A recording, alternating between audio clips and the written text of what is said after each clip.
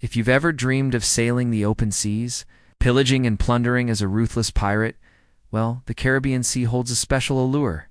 Images of swashbuckling buccaneers, sun-drenched islands and chests overflowing with gold and jewels have cemented the Caribbean as the classic pirate playground.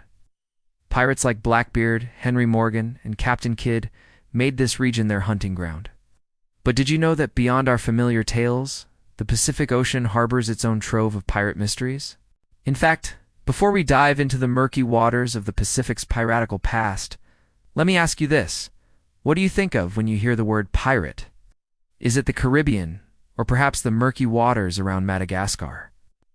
How many of you knew that the Pacific Ocean had its own share of these swashbuckling rogues? Well, let me introduce you to the forgotten pirates of the Pacific. They stalked these waters during the golden age of piracy.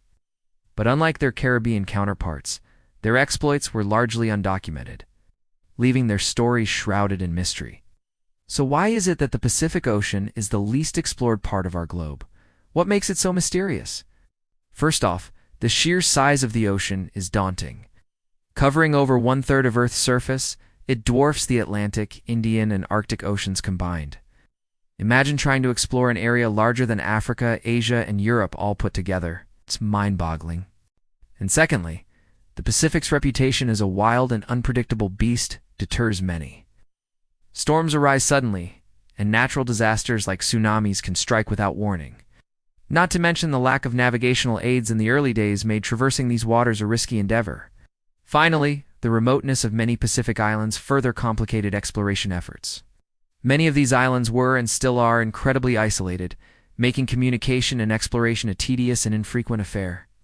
The Pacific's unique topography also adds to its mystique. Deep ocean trenches, vast coral reefs, and a myriad of islands, each with its own ecosystem, create a labyrinth of underwater landscapes and ecosystems that are just waiting to be uncovered. However, while the Pacific was a challenging and unforgiving mistress, she held treasures that enticed fortune seekers from across the globe.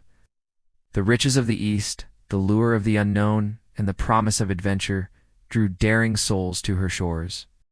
The vastness of the Pacific Ocean meant longer voyages and a higher risk of peril. Provisioning and supplies were a constant concern. Mariners had to ensure they carried enough food and water for months at sea. Navigation was another monumental challenge. Without modern instruments, sailors relied on celestial navigation, which was not only complex, but also prone to errors. Storms, calms, and treacherous shoals dotted along the coast demanded constant vigilance. But amidst these challenges, there was opportunity. The Pacific was a highway for trade. Precious metals, silks, and spices from Asia to the Americas, sugar and tobacco from the Americas to Europe, and the African slave trade created a steady flow of valuable cargo. This trade, however, was not without its risks. The prospect of capturing a laden merchant ship lured pirates to the Pacific. While the Caribbean boasted a thriving pirate economy with established bases and flourishing communities, the Pacific offered little respite. Ports were often tightly controlled, supplies were scarce, and rival pirates contested the limited spoils.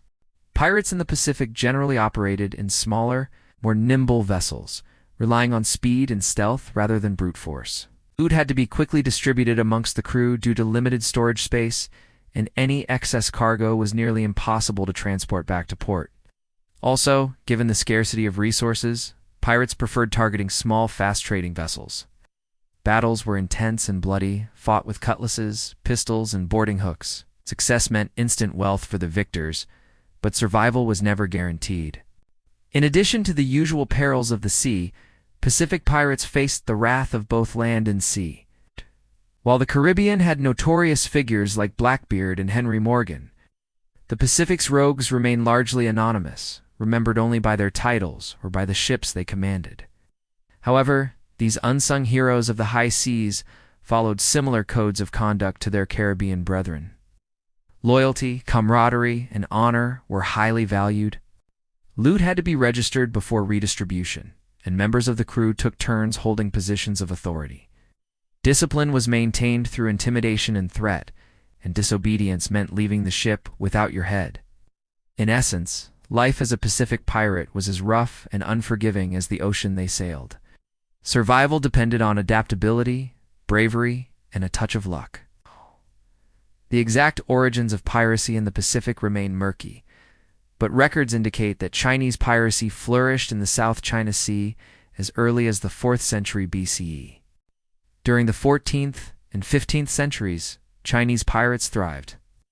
Operating along the coast of China and the South China Sea, they targeted Chinese, British, and Portuguese shipping.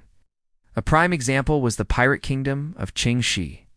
At its peak in the 18th century, Qingxi's fleet of hundreds of ships commanded by the infamous pirate empress commanded a crew of thousands.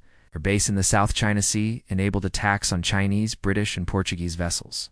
During the 1500s, the Spanish galleons, laden with silver from the Americas, traversed the Pacific, becoming prime targets for Pacific pirates.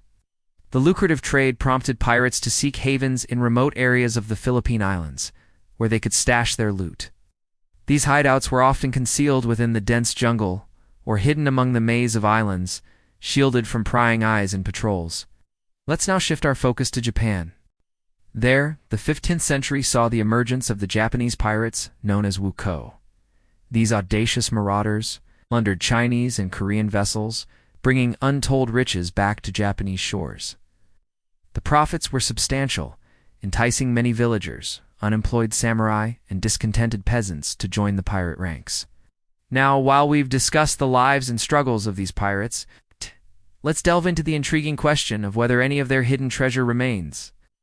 Buried on uncharted islands, tales abound of pirate coves and buried loot.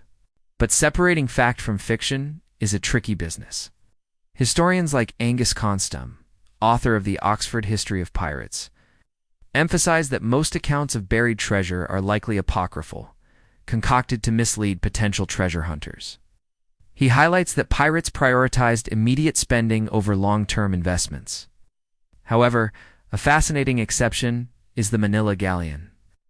These Spanish ships laden with silver regularly traversed the Pacific between Mexico and the Philippines. Between 1565 and 1815, at least 47 galleons were either lost or captured by pirates, suggesting that a significant amount of silver may have been deposited on the seabed or stashed away on obscure islands.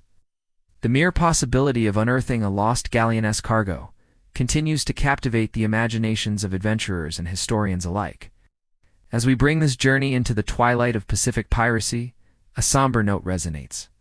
By the 19th century, as naval forces tightened their grip on the seas, piracy began its decline.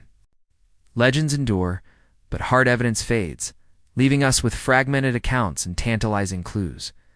The Pacific's pirates, though shrouded in mystery, remind us that history is not confined to dusty books, but thrives in the untamed corners of our world. Out in the vast expanse of the Pacific, the wind whispers tales of adventure and intrigue. If these stories have sparked your curiosity, let us know in the comments below. Which pirate tales have captured your imagination and why? Share your thoughts and join the conversation. And if you're eager for more adventures across the 7 seas, don't forget to subscribe for more updates.